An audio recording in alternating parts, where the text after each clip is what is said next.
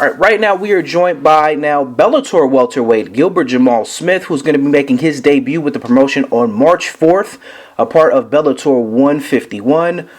Gilbert, man, how is training camp going here for this fight that just got announced this week? Oh, man, it's going great. I'm actually driving to a hard sparring session right now. So, we trained it hard out here. Now, was there any pausing on taking this fight pretty much on about 4 weeks' notice? We got word here from the press that, you just signed with the promotion here about a week and a half ago. So was there any pause when Michael Page got hurt and they offered you this fight to jump on and fight Fernando Gonzalez? No, I mean, honestly, I didn't know anything about Michael Page getting hurt. I didn't know this was a replacement fight. Bellator signed me back in November.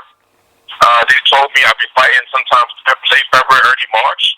And then he called me and said, hey, we got you a fight. And I was like, cool, that was it. So really it was just that simple? Yeah, I'm a fighter. Fighter fights. Absolutely. Well, that's what we like. We like fighters who are willing to take it on and definitely fight on a moment's notice. Now, with that being stated, and with you find out who your opponent is, what have you scouted early here on Fernando Gonzalez, who's currently on a 4-fight win streak himself? I know of him. I watched him fight. And I won't say I really scouted him, because I don't really care. But I'm more just focused on myself. Now, you're joining Bellator after a great run of, with some smaller promotion, most notably RFA, where you were the welterweight champion there. What made Bellator a good fit for you at this point in your career and at this moment? We were shooting for the UFC like mostly everybody, and Bellator contacted me with an opportunity, and I know that's a huge opportunity, so I jumped on it. People can say whatever they want to say, but Bellator is making big moves, man, and I'm proud to be a part of it. Yeah, I mean, you definitely hit a key point there. I mean, just announced, Benson Henderson joining the welterweight division. He's going to be getting a title fight in April. You're now joining that division as well. So, I mean, it's really a happening thing there with Bellator. So, you think that is now, like you said, it's they're making moves. Do you think it's going to get you the publicity and the shine that you've been grinding for since your days on The Ultimate Fighter? You think that now this opportunity, I mean, you're going to be co-main here on Bellator 151. So, I mean, is this... how big of a deal is that for your first fight out? You're going to be the co-main at Bellator 151. For a debut fight, it doesn't get no bigger. So, this is huge. Everybody around me is taking it very serious, and we're doing everything we possibly can do to make sure this is a success and we continue success. Now, I know you don't want to look too far ahead because you just have, like you said, you're going to be having that debut fight. But when you look at the landscape there at 174 Bellator, as they're steadily adding talent and possibly more talent as rumors are swirling around, I mean, is that going to be a high-button division for Bellator going forward? Not just, because you're in it, but just kind of the larger landscape. Do you think that's going to be a very talent-rich division in time to come here this year? Yeah, I believe it. I believe the division already have a tremendous amount, and so I think the things just gonna keep getting better. Now, one thing that you were doing here that we've definitely noticed here in social media is you're an Army vet yourself, but you're also going out visiting the troops, going overseas and spending time with them and doing camps and doing different projects with them. As a vet yourself, how important is that to give back to your fellow Army guys and still being a part of that? Granted, you're an MMA fighter now, but how important is that to give back to that side of your past? Well, the Army is what made me a man. I joined the Army when I was 17. I spent 6 years in, and I really became a man, in my days in the Army. So for me to give back to the Army, it was a blessing. Obviously, these guys that's deployed over there, and they don't have a huge outlet. So if I could have gave them just a little bit of a fun time during the holidays, it made the trip a success. So it was an honor. Is that something definitely going forward, since you had this experience here this past year, that if the opportunity presents itself, that you're definitely going to try to jump aboard and do more of? Yeah, of course, I would love to. Love to. Cool. Awesome.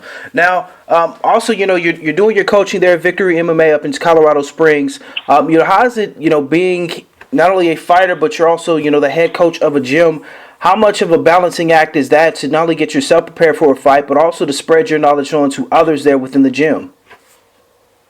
Well, for one, I've been lucky with the fact that I've been surrounded with other assistant coaches that have, picked up the slack and really helped me out.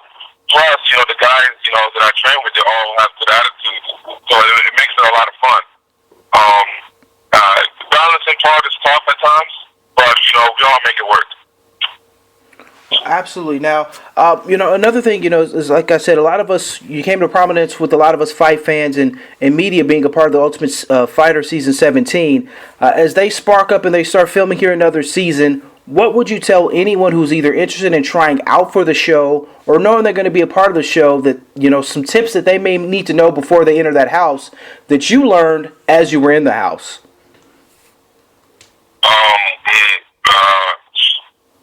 Just I would tell people, go try it out, and if you don't make it the first time, try it again. Next time your division comes, just stay ready. It's like one of those things, the Ultimate Fighter, which is a huge opportunity, and it was knocking on my door, and I opened it. And I don't really have no magic pill or no magic potion to give out, because I think in some ways I got lucky. So, but I just tell people to stay ready and just go shoot for the opportunity. If it works out, great. If it doesn't, go back to your team, keep fighting, keep grinding, and then there's other ways to make it to the top. Now, I've spoken with a couple of other fighters, and one notably in Colton Smith, who actually won the show, who said, being a part of that sometimes was a gift and a curse, because in his case, with him winning the show, he kind of had almost this air about him that, he maybe wasn't fully focused when, his regular fights came after winning the show. Do you think that's any sort of hangover for people who are part of that, to where you're part of that show, you have maybe that aura of being in the UFC about you, and then you have your next fight out, you're not really totally prepared when the big lights are actually shining on you? That makes absolutely no sense to me.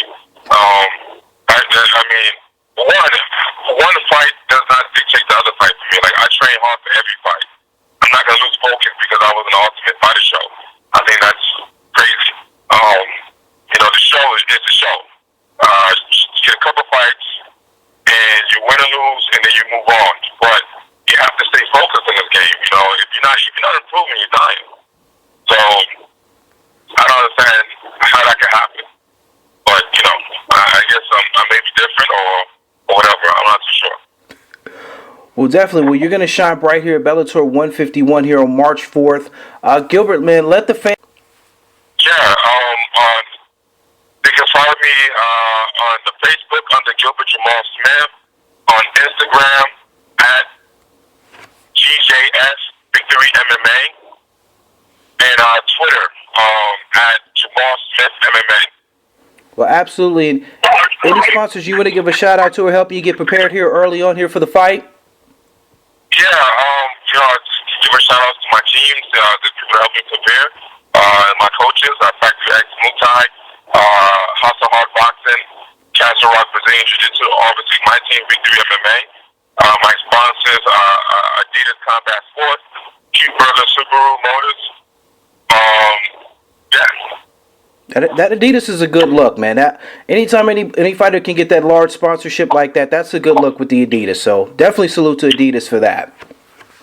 Yeah, they've helped me out and hooked me up with some really cool gear, so I appreciate their help. Yeah, anytime we can get free swag, it's all about free swag. So I definitely can salute you there. Well, Gilbert, man, best of luck. Definitely you're about to go do your sparring. Definitely get that in so we can put on a show here for the fans here on March 4th. Again, co-main event, a part of Bellator 151 against Fernando Gonzalez. Again, Gilbert Smith, man, we appreciate you taking our time with us.